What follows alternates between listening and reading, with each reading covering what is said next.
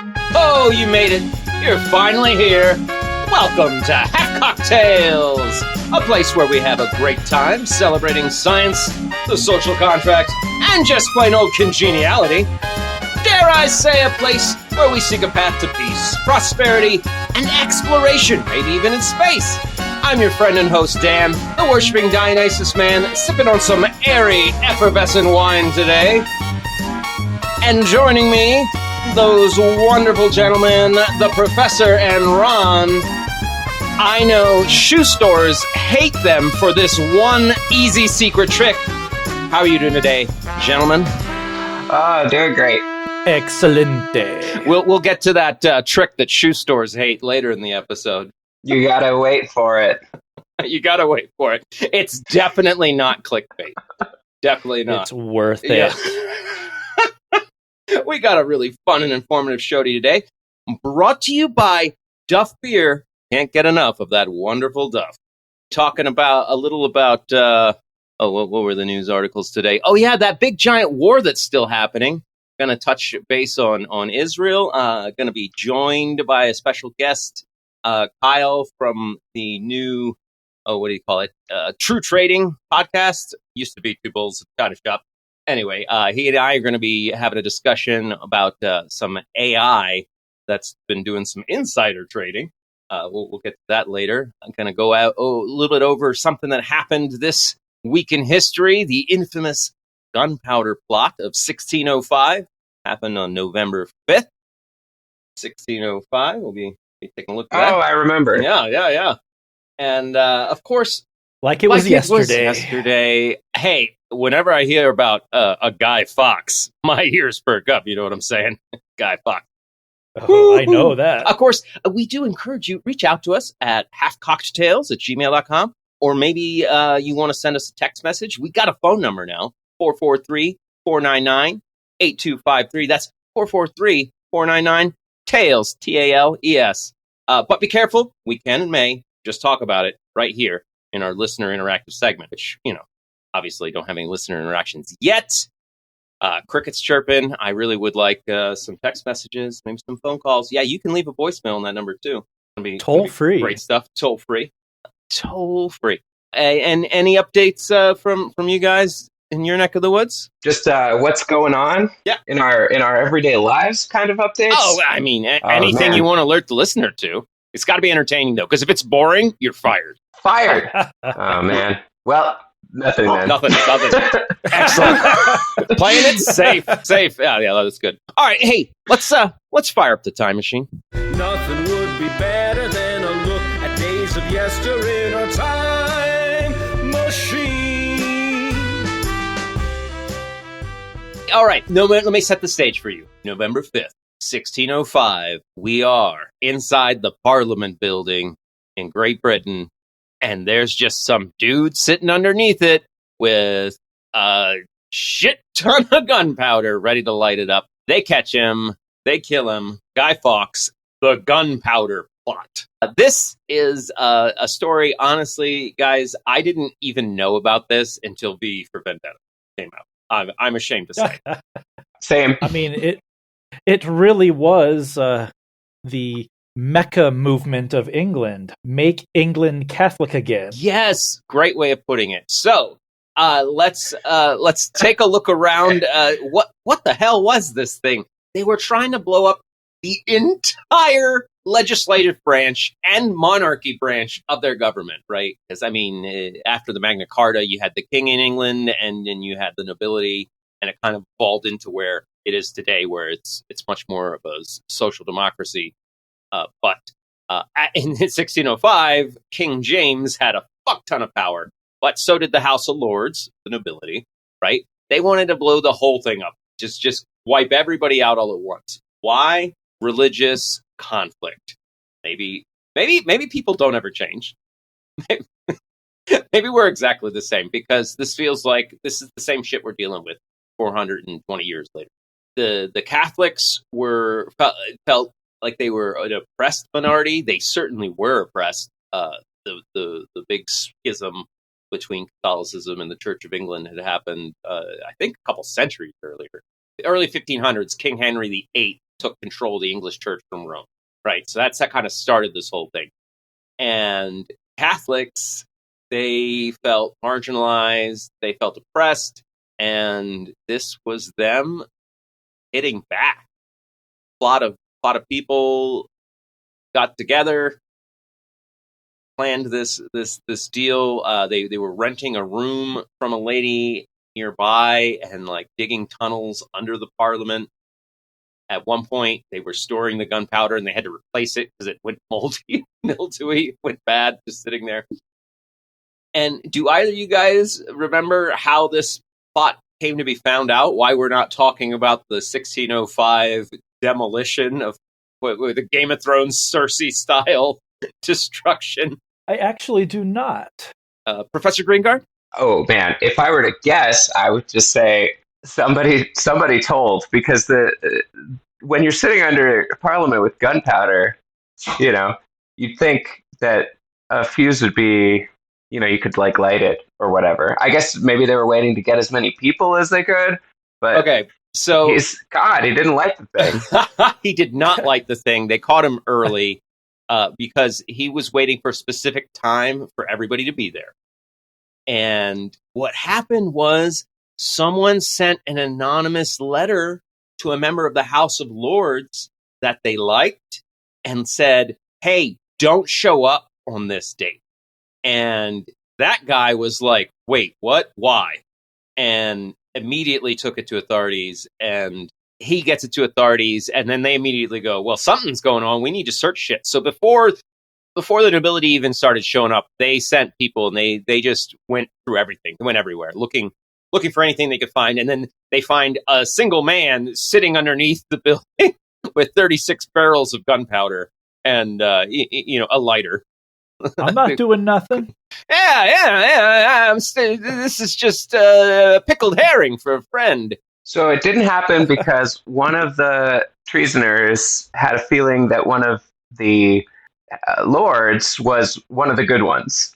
Yes. Let me read you that letter they sent him on Saturday, 26th of October. So about a week and a half before, this guy Monteagle arranged a meal in a long-discussed house. Suddenly, a servant appeared saying he had been handed a letter for Lord Monteagle from a stranger in the road. He ordered it to be read aloud to everybody sitting in the room. My lord, out of the love I bear to you of your friends, I have a care of your preservation. Therefore, I would advise you, as you tender your life, to devise some excuse to shift your attendance at this Parliament. For God and man hath concurred to punish the wickedness of this time. And think not slightly of this advertisement, but retire yourself into your country, where you may expect the event in safety. For though there be no appearance of any stir, yet I say they shall receive a terrible blow, this Parliament, and yet they shall not see who hurts them. This council is not to be condemned because it may do you good, and can do you no harm, for the danger is past as soon as you have burnt the letter, and I hope God will give you the grace to make good use of it, to whose holy protection I commend you. So I feel like there's definitely some Catholic virtue signaling in this letter.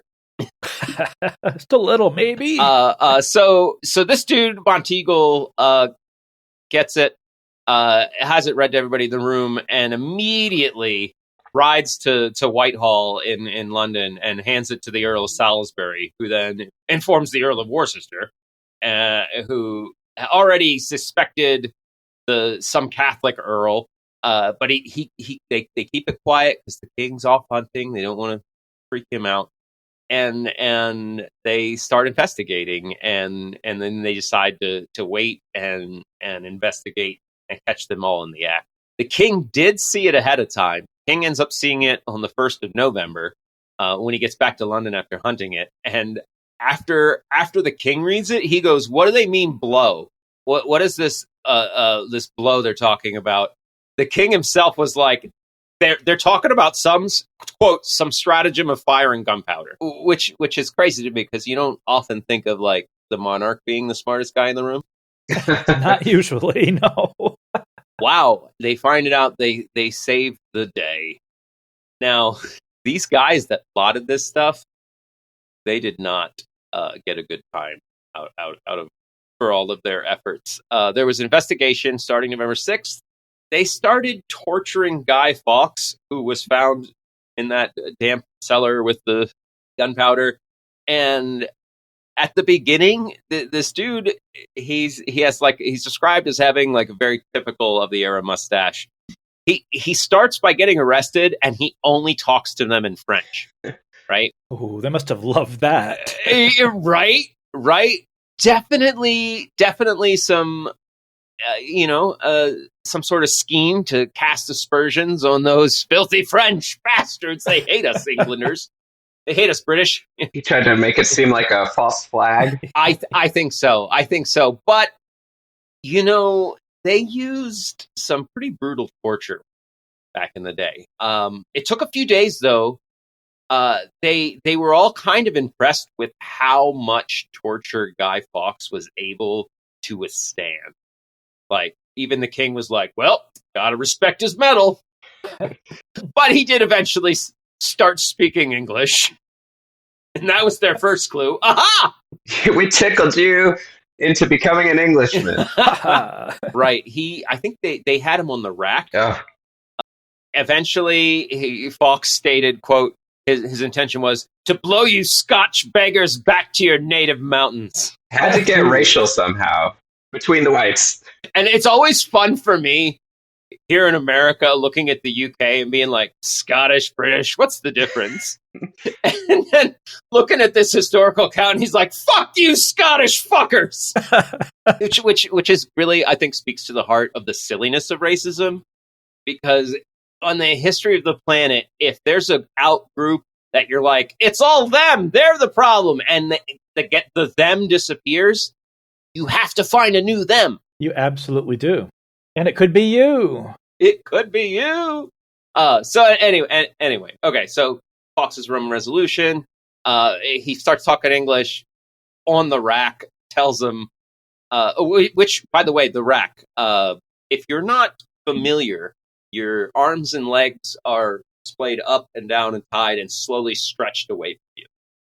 So, I mean, you think cracking your knuckles hurts from time to time. Try having all of your joints popped out of socket at the same time very slowly. And this was described as the gentler tortures are to be used unto him. And so by degrees proceeding to the worst. So they're like, start off easy, put him in the rack, Ooh. and then get it worse until he fesses up.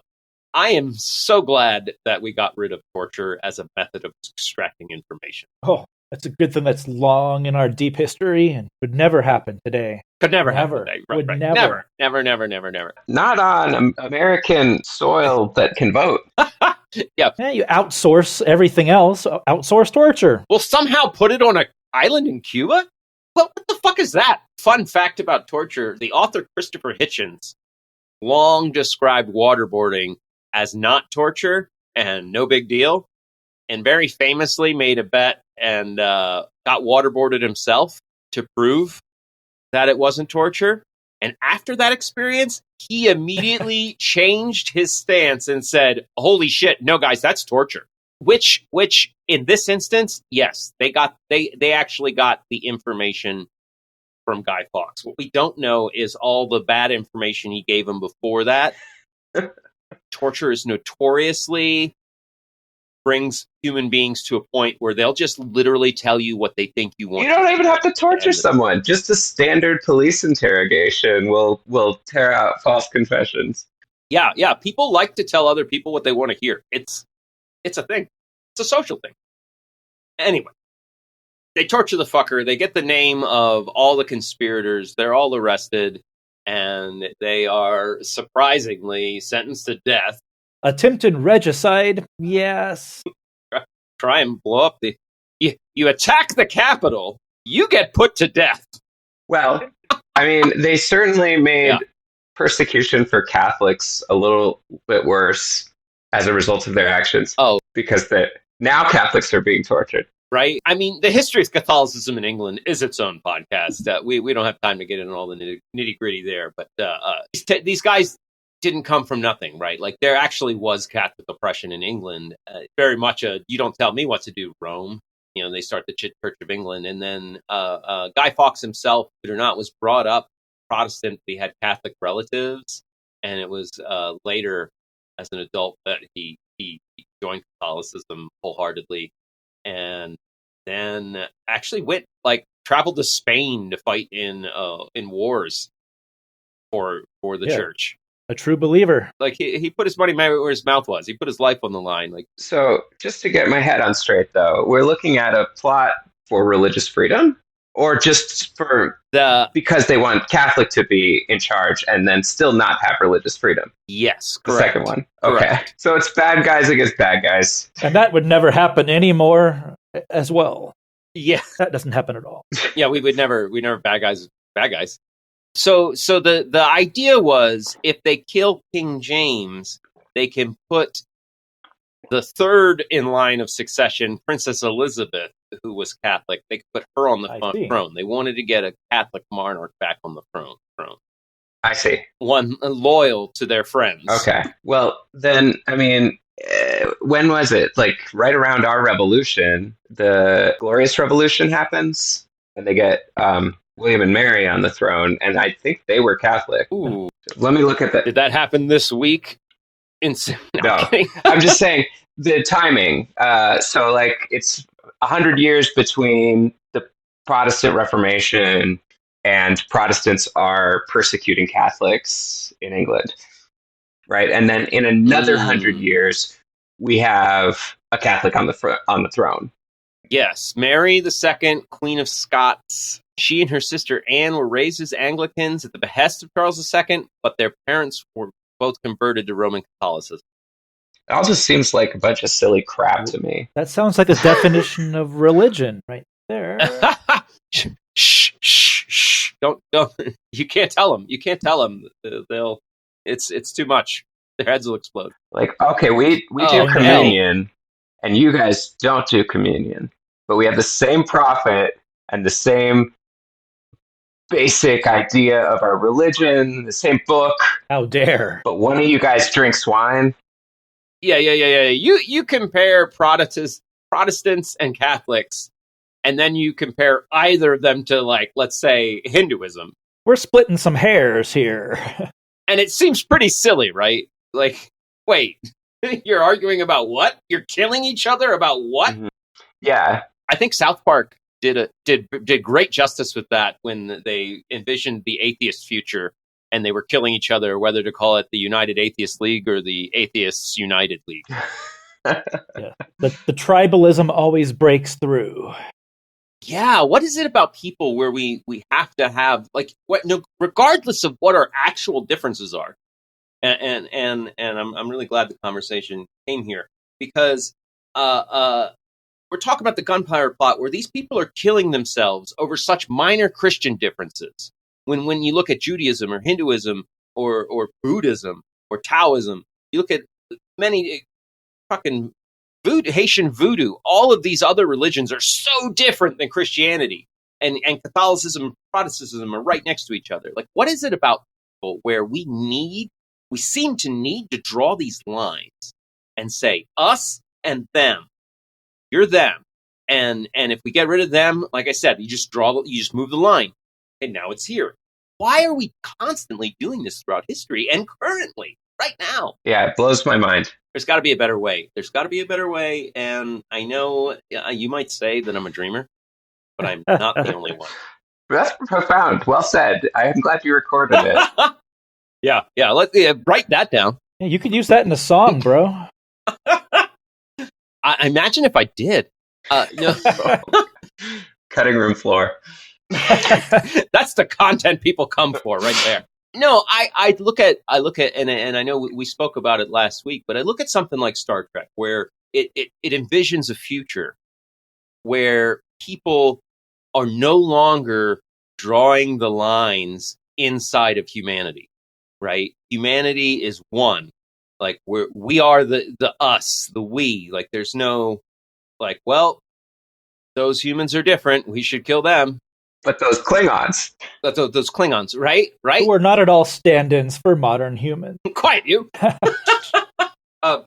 Yeah. But I would much rather, like, why can't we try and work towards drawing that line now? I think that Watchmen movie and comic book played into that theme. Like, I'm not certainly not the first person to be saying this, but aliens, like, there comes a time when we have to unite as humanity, right? Like, fucking in the 90s, there were so many movies about that. Like, oh shit, asteroid coming to Earth, aliens coming to Earth. We need to unite as one people. Get along and fight it. Like, how can we get there where we're like, okay, let's explore the stars and unite against, well, frankly, the cold, lifeless galaxy that's trying to kill us just because we're existing. I know, it's funny. We need an enemy that talks. Like, climate change isn't good enough, even though it's an existential threat that will kill us. And we created it. It's a perfect, metaphorical enemy. And we have it. We need but it won't talk. And so we can't. And we also can't kill it with a laser gun. So it's a no dice. But yes, you're right. We need an enemy, a common enemy to unite. But just going back to what you were saying before, we can't unite. Our own tribalness won't allow us to. You're talking about, in Star Trek, this wonderful utopian future where we're beyond that. Well, even the fans of said franchises have to argue and fight one another about, you don't fan the same way I do about this show. If fans of this utopia can't even agree on how to enjoy the same thing they love, you're liking it wrong. How can we unite in any real sense in reality? It's quite sad, actually. Oh, it's so sad. It's so sad. Shit. Damn. Ugh. Anyway, wow, we've talked a long time about this. I definitely got high. Okay, let's. Yeah, you usually get us back to the thing, but not this time. We got straight to Star Trek. When in doubt. 2 in a row. Okay, all right. Let's move on. It's time for some news. It's time for some news from our point of view. We'd even be glad if we could have a laugh or two. It's time for some news. It's time for some news.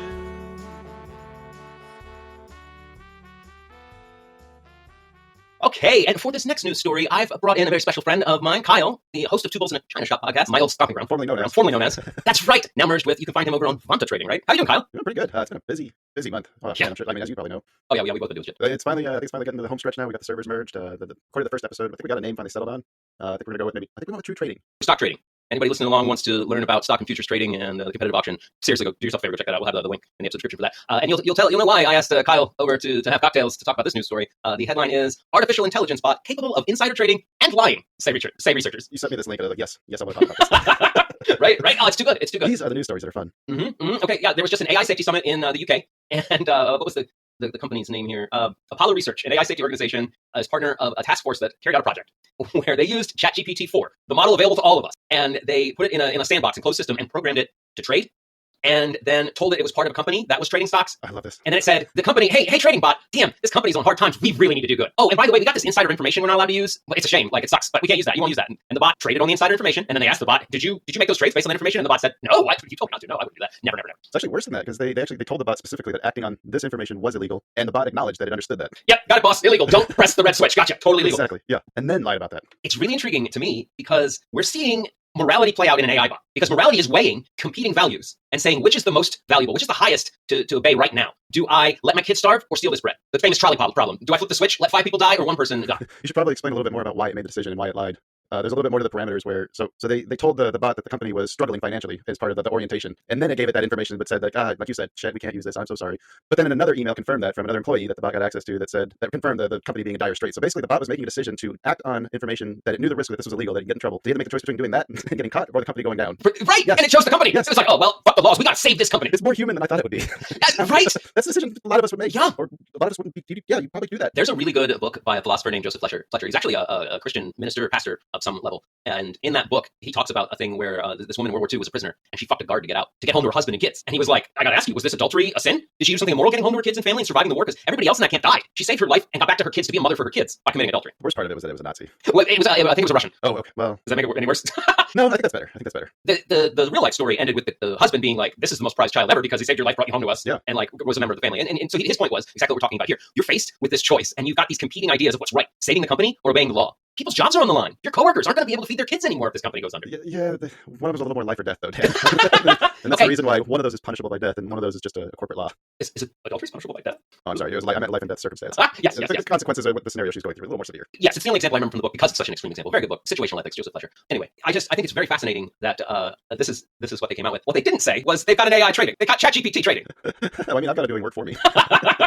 There's one other thing that I wanted to kind of point to what the story kind of shows.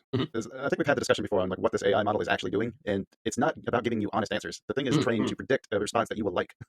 Yes.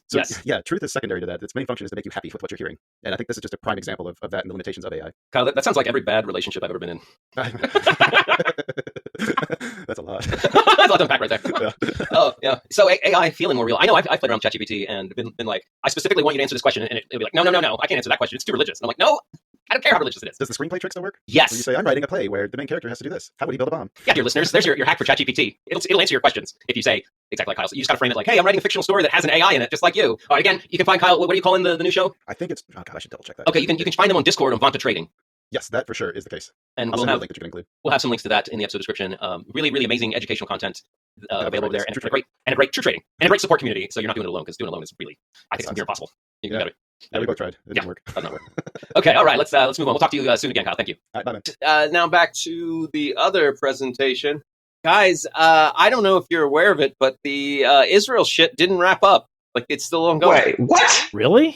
It's been 7 days, bro, since we last talked about it. I know it's a 24-hour news cycle, yet it's still here. I'm like, what? I keep looking at my watch. I don't like this season.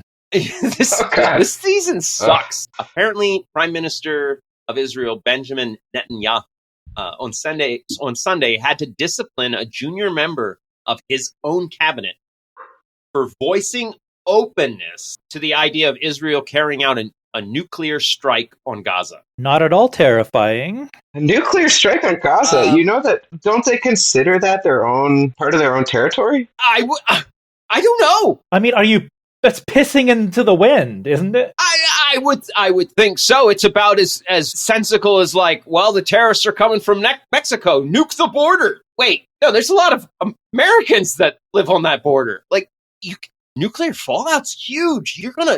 I do not understand how they could possibly. Do we have nuclear bombs that could do that? Is that where we're at in technology? I don't know. But so that didn't go through, right? He disciplined that guy for having the idea of nuking. For even bringing it up. Yes. Okay. Well, yes. That's something. It does appear to be still a relentless attack on refugee camps. Yeah, they have not answered to the refugee camp thing other than that lieutenant colonel saying it wasn't really a refugee camp. That's the only thing I saw that was them answering that.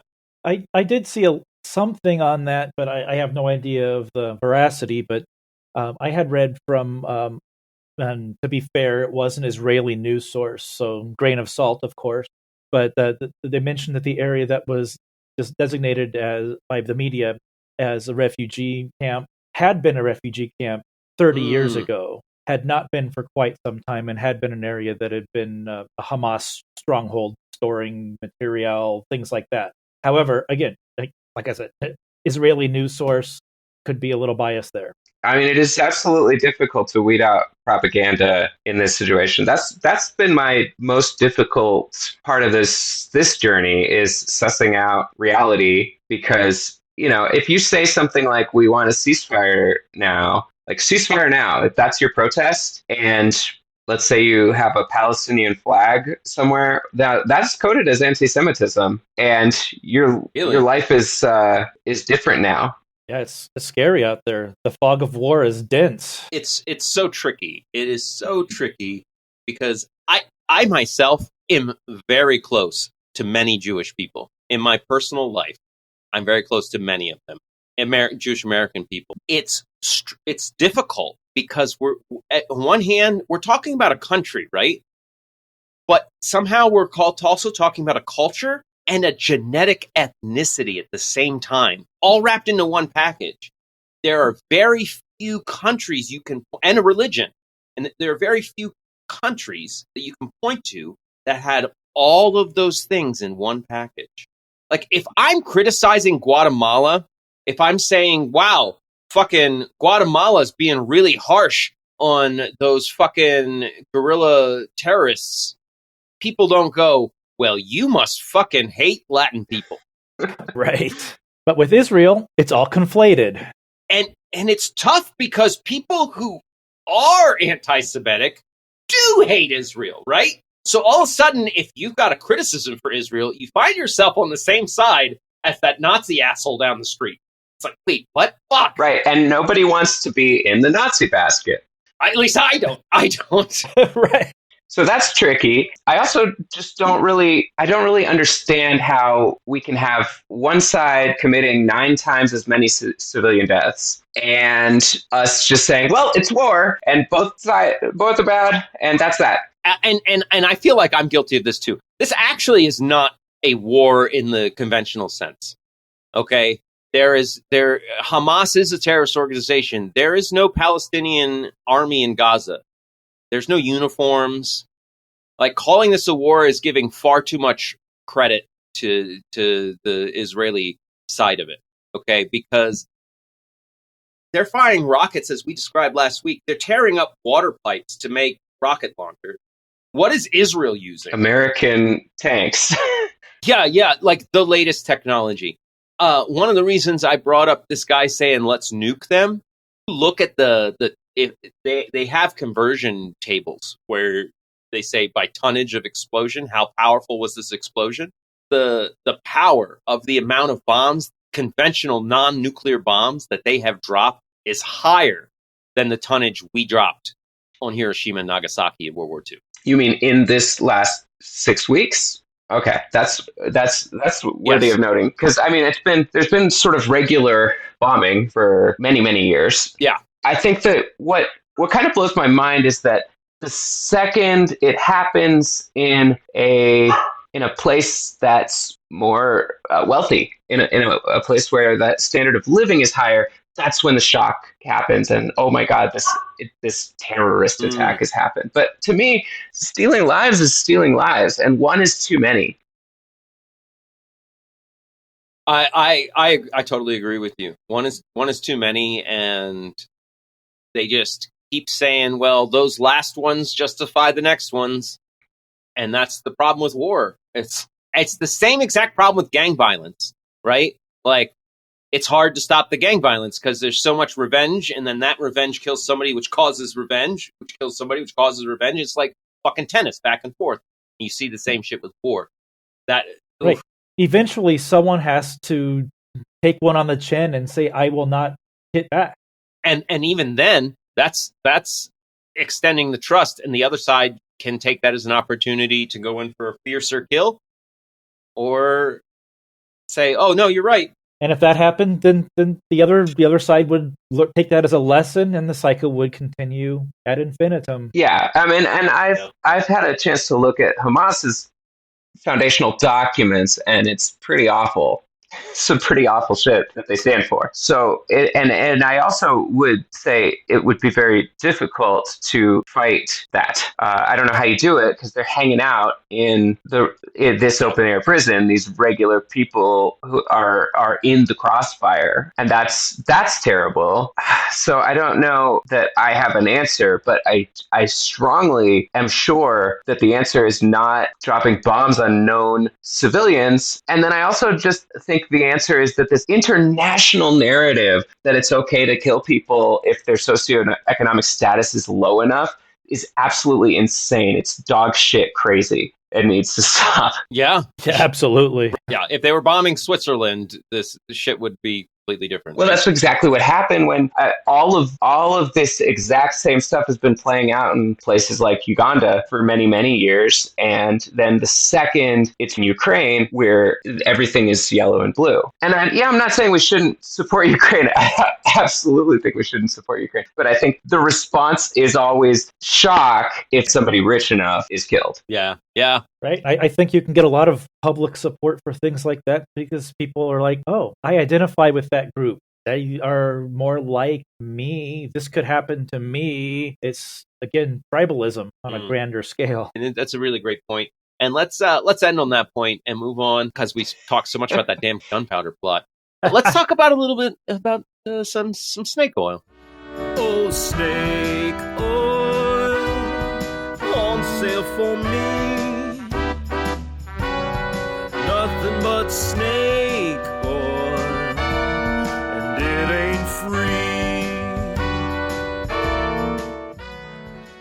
Okay, today's snake oil is brought to you by FTX and Sam Bankman-Fried. Yay! Scamming through crypto for 2-3 years. I don't remember. FTX maybe got started in 2019. FTX was founded. It was FTX stood for Futures Exchange, but as a guy who trades futures, let me assure you, it was not a futures exchange.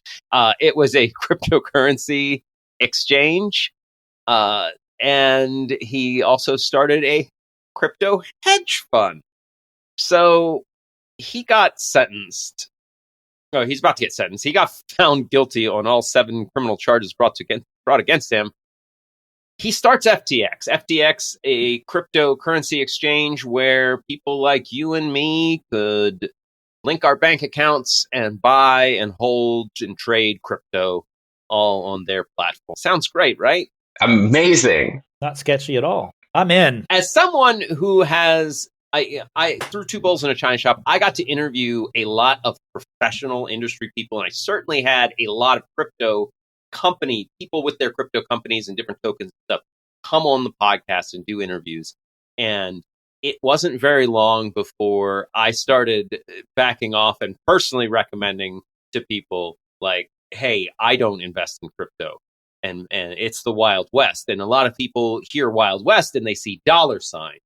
And what I always meant by that was there's no protections and anybody can just come along, shoot you, take your shit, and move on. Well, it was a gold rush. And you know what happened at the gold rush?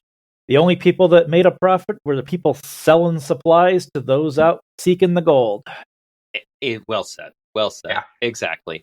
And in fact, that's kind of what led to his demise. You see, if we're to continue the gold rush analogy, FTX was like the place in town you brought your gold and silver and copper that you mine, and you gave it to them to store. And they could sell you the supplies to get more, right? And they do a little bit of that. And Sam Bankman-Fried made a very successful company doing that, right? Yeah, Alameda. Alameda is actually the unsuccessful one. Alameda is when he goes, hey, wait a minute. Why don't I start mining some gold too? and to get myself started, I'll use all these the gold that was given to me by my customers. I'll use that to buy the supplies and fund and pay the employees to go out and mine. And Did he get high on his own supply? Well, yeah. I mean, a good idea to have your absolute favorite sex cult leader run the thing as well. He's the leader of the sex cult. Have I run us off track? It's just that's my favorite part of it. Is these nerds in a sex cult. Well, those sex cult guys, they have administrative skills, so they could be useful. That's nothing. you definitely got to be a good salesman, right? I was an operations manager at Eller College of Management for a year, and let me tell you, that means nothing, and neither does anything else. All titles are lies. Nobody does anything. We look at one spreadsheet one time, and then we go to the casino. Back to Sam Bankman-Fried. Yeah, so he just literally started transferring other people's crypto funds and money to Alameda because Alameda kept losing money as a hedge fund. Like a hedge fund will, for those of you unfamiliar, if you've not been paying attention the last few years, it's just a company doing speculative investing with tons of money to play with. Yeah. So that's what they were doing, but he wasn't good at speculating. But where was the money coming from in Alameda? Why did they have a base of money in the first place to do the speculative investment? Where did it come from? He took it from FTX customers. There we go. Ding, ding, ding, ding, ding. He just transferred it. In a stunning move, he testified in his own defense, which any lawyer anywhere will tell you is super risky, and it's often seen as a Hail Mary. And boy, did he throw that Hail Mary straight into the fans. It didn't even go close to the end zone. At one point, the judge asked him, where specifically in the terms and conditions of FTX did the language allow for him to just move customers' money out of FTX and into Alameda? And after spending 2 or 3 minutes not answering the question, he eventually pointed to a line that said some shit about privacy and had nothing to do with, by the way, we can just take your money from you. Not a winning argument? Not a winning argument. He was indeed found guilty. He's going to, I think, sentenced to, I want to say 115 years? Yeah, 100 and something is the potential. Well, he hasn't been sentenced yet, but that would be the maximum sentence. It's all insane. It's Bernie Madoff level of corruption. Like this was all just complete snake oil. And FTX was one of the big respected ones. Mm-hmm. Yeah. Their commercials were everywhere. People started to see them as part of the face of crypto. Yeah. One of the big boys fighting for crypto all over the world. I lost confidence in the whole space related to that, and then also the collapse of Celsius. Between the two of those, also BlockFi went bankrupt in the interim, and a lot of those like interest platforms, they just couldn't keep going. Everyone responded to the devaluation of crypto across the board, which is just money going away. Yep. It just like at the expense, these people played around, and so many regular everyday Joes were just flattened, their life savings destroyed. Wild West. Yeah. Between Alex Mashinsky and Sam Bankman-Fried and having his girlfriend testify against him, I think the best news you can get in America these days is one of these white-collar criminals actually facing consequences. I do like some good comeuppance. Yeah, well, damn, maybe this should have been the feel-good story, which I think I think Professor Greengard lobbied for earlier in the call. I just want it to be known that this story makes me feel good. Yes, as well it should. All right, guys, let's get on, move on, get on time. Let's do some fact checking. Here we go. What do you know? It's fact checking time. Will you believe or be deceived? It's fact checking time. Cross my heart and hope to die. Stick a needle in my eye. Here's the quiz that all the kids call fact checking time. Okay, so you want to do 1, 2, 3, not it? See who goes first.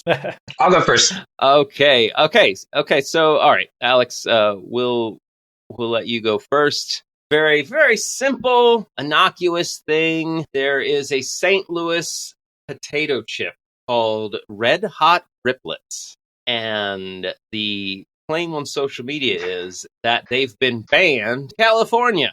Okay, that's half true. I guarantee it. I guarantee it's one of those hot headlines based on something that happened in California with this, and then, but it's sensationalized. No, this is completely true. Ooh, it is 100% true. In 1986, California passed Proposition 65, otherwise known as the Safe Drinking Water and Toxic Enforcement Act, regulating substances that the state determines can cause cancer, birth defects, or other reproductive harm. So you may all be familiar with those warning labels, like this has been known in the state of cancer to cause blah, blah, state of California to cause cancer, whatever. That is kind of the running joke. Everything in California causes cancer. Exactly. Yes. Well, there's a chemical called acrylamide that's on that list, and it's been a carcinogen in California since 1990, and it's in these potato chips. And all the company had to do was list it as an ingredient, and then put this has acrylamide, which has been said in California to cause. But they were like, no, we're not going to do that. So California's like, fine, and you can't sell these chips here because you didn't tell people it has acrylamide in it. All right, and now everybody knows red hot riplets have acrylamide. Yeah, but let me say on the record that good. Let's go ahead and ban the carcinogens. Yes, carcinogens. Yes, and if yes, but I will also say that I think there's a chance that some conservative Twitter account is going to be like, look at those liberal people banning everything. What are they going to ban next? Oxygen? Right. Oxygen. Yeah, exactly. Hey, I am banning oxygen. Unless it's mixed with nitrogen, I do not want that shit going in my lung. Only the best, man. Only the best.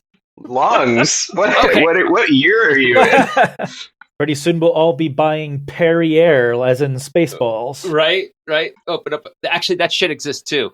Premium air. God damn you, science comedy. Okay, all right, Ron. Your question.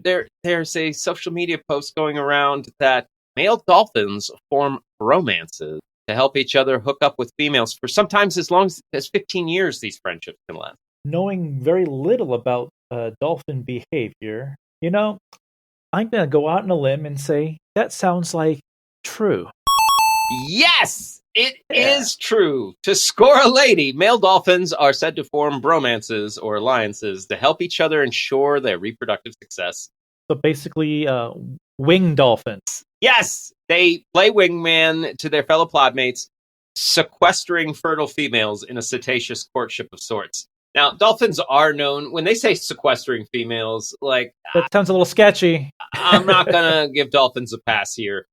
Male dolphins are pretty rapey. Like, let's just not split hairs about it. So this is a friendship article, but actually it's them ganging up on a female? I mean, I'm reading into it. I'm reading into it because of my knowledge of dolphin social behavior. Like male dolphins have been known to they'll get like a group and they'll swim up and pin the girl so she can't swim away. Yeah, they hold her down. Wow, so dolphin frat party shenanigans. Yes, bad form. But also dolphins are polygynandrous. Both sex mate with multiple partners in any given breeding season. So that's not to say that that's the norm and standard. It's just that it does happen. They just stand behind a little eyes wide shut banner and then say whatever happens in, Vegas stays in Vegas. I'm just saying dolphin females are also pretty up for it. That's how the species works. Their game. Okay. I have no comment. No, I'm not gonna touch that. There's plenty of consensual dolphin sex happening. Is all I'm saying.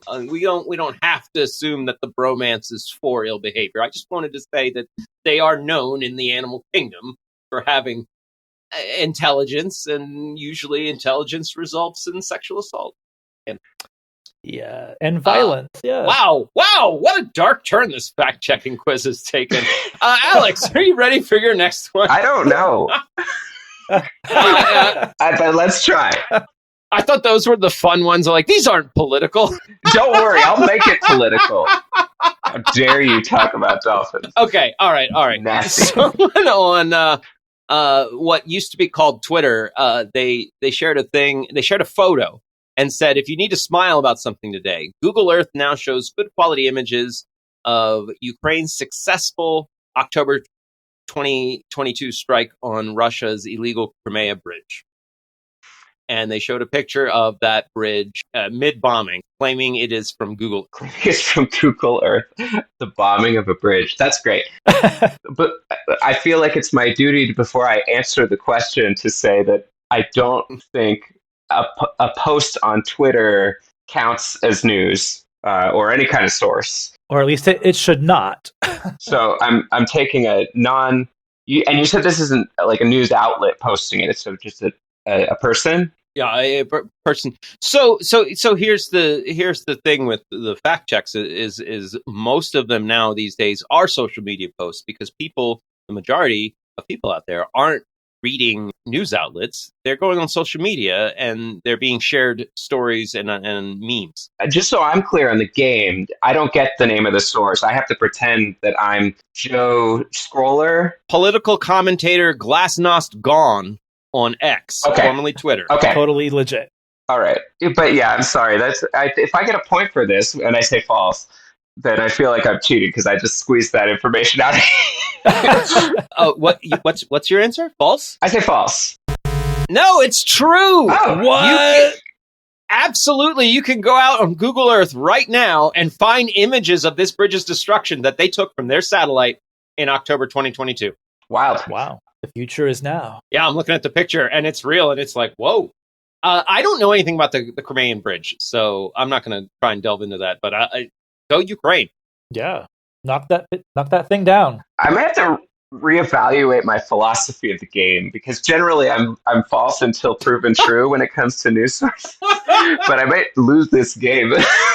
But you're actually we as a people should consider them false until proven true. Yeah. Because the confirmation bias, like we all want to believe things that align with what we already believe. Mm-hmm. So, like, if somebody starts telling me about how great I am, I want to believe them. Like, oh, yes, thank you. I'm magnificent. Yeah, that's right.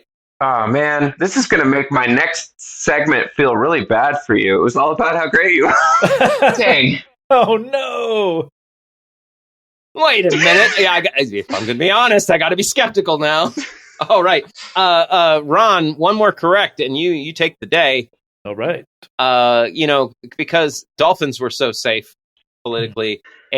Also on Twitter, conservative commentator and wokeness posted a video showing what CCTV showing 2020 ballot stuffing in Georgia. Does the CCTV actually show ballot stuffing?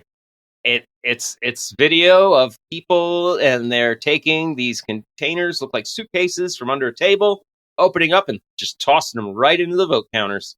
You could see the video yourself through the link. Okay. I'm going to say that actually is true, but not as nefarious as it sounds. Wow. No, it's completely false, Ron. It's false. The video is real. But I wanted to believe this lady. She sounded so trustworthy. I know. The random source on Twitter is so trustworthy. So they had footage of the entire thing going on, right? And this person just took a clip and claimed that they were pulling suitcases of made-up ballots. That's just where they were storing the ballots waiting to be thrown into the machine. As they are intended to, yes. So those were just regular ballots, but they're being claimed to be made-up fake ballots. They're not. What happened was there were two teams of people working, people who opened the envelopes and prepared the ballots for the machine, and the people who put the ballots in the machine. So when the people opening the ballots went home for the day, most of the press corps said, oh, they're done, and left with them. And the security cameras keep going as the second group of people continued to just toss the votes in the counting machines to be counted. And the claim people want to believe this was, some people want to believe this was the fucking shenanigans election so bad that they're trying to force anything to fit their facts. And that plays right in that confirmation bias we're talking about. If I already believe there was fraud in the 2020 presidential election, I'm going to see this post and I'm going to be like, well, it's proof. I saw it with my own eyes. Right there, incontrovertible. Completely ignoring the whole context. Yeah, it's gross. So what's the take home? I know I lost. What's the take home on media literacy? That is true. Okay, let's get some feel goods going. Feel goods. A call for a sip, maybe even a hit. join us for half car feel good. And join us for half car feel good. All right. You know what? I don't think it's very controversial to say that the ending of the United Auto Workers strike against the Detroit Big Three is great news. And it does appear to be winding down. It's not completely over, but the tentative agreements are set between the UAW and Ford Motor Company, Stellantis, and General Motors. And that agreement includes a 25% wage increase through April 2028. And as well as one of the big things I remember talking about on Two Bulls in a China Shop, the new workers building up into experienced workers, that path has been eased and streamlined. For a long time, they would hire temporary and new workers and just kind of freeze them in place while their skills grew, and they became experienced workers, but on paper they weren't, and they weren't being compensated as such. Yeah, the temps were really bad. Yeah, so the fact that Ford's already ratified it. Ford's like, yep, great, move on, let's do it. It's big boost for workers, and now Stellantis and GM are on track to leaving just Tesla, but Tesla.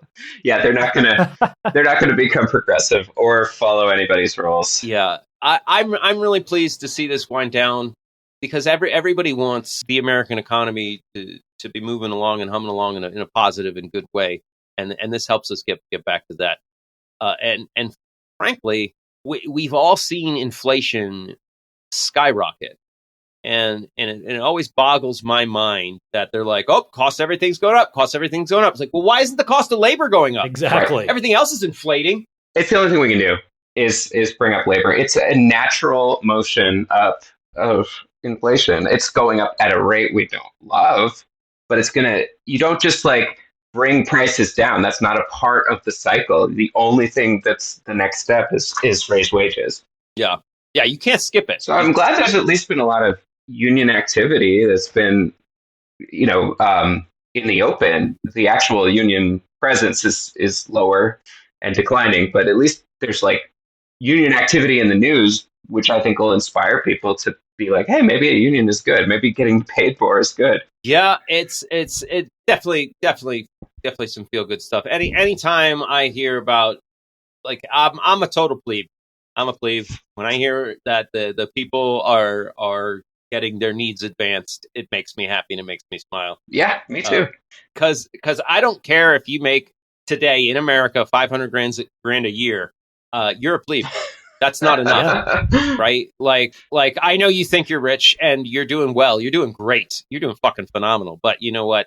It's a small club and you ain't in it, to quote George Carlin. It's not fuck you money. I can't really fathom such a low number. Can you say it again? 500,000 a year? Yes. Yeah. If you make that, like, your bills are paid, right? Your needs are met. That's more than enough. But that's not rich enough to fucking pull off like what Sam Bankman-Fried did. Anyway, so we'll leave you with that feel goods. It's been a jam-packed episode today. Thank you, gentlemen, for joining me. Ron, always a pleasure. Professor Greengard, always a good time. Thank you. Thank you. Glad Kyle made it stop by the lounge today. Glad, folks. So glad you made it to the end with us. We love you so much. You can always reach out to us at halfcocktails@gmail.com or text, even leave a voicemail, 443-499-8253. Find us wherever podcasts are sold. Wait a minute. We're just giving this away, right? We're not selling this? Giving it away. God damn, I need a better business model. Like, share, rate, subscribe, tell your friends. Tell your enemies. If you don't like this show, let your enemies know. Ha! Fuck them. That'll show them. Until next time. We'll be seeing ya. Toodles. Now things are ending. It's time to go. No more to get through. Thanks for listening. That's our show. Ain't affectation.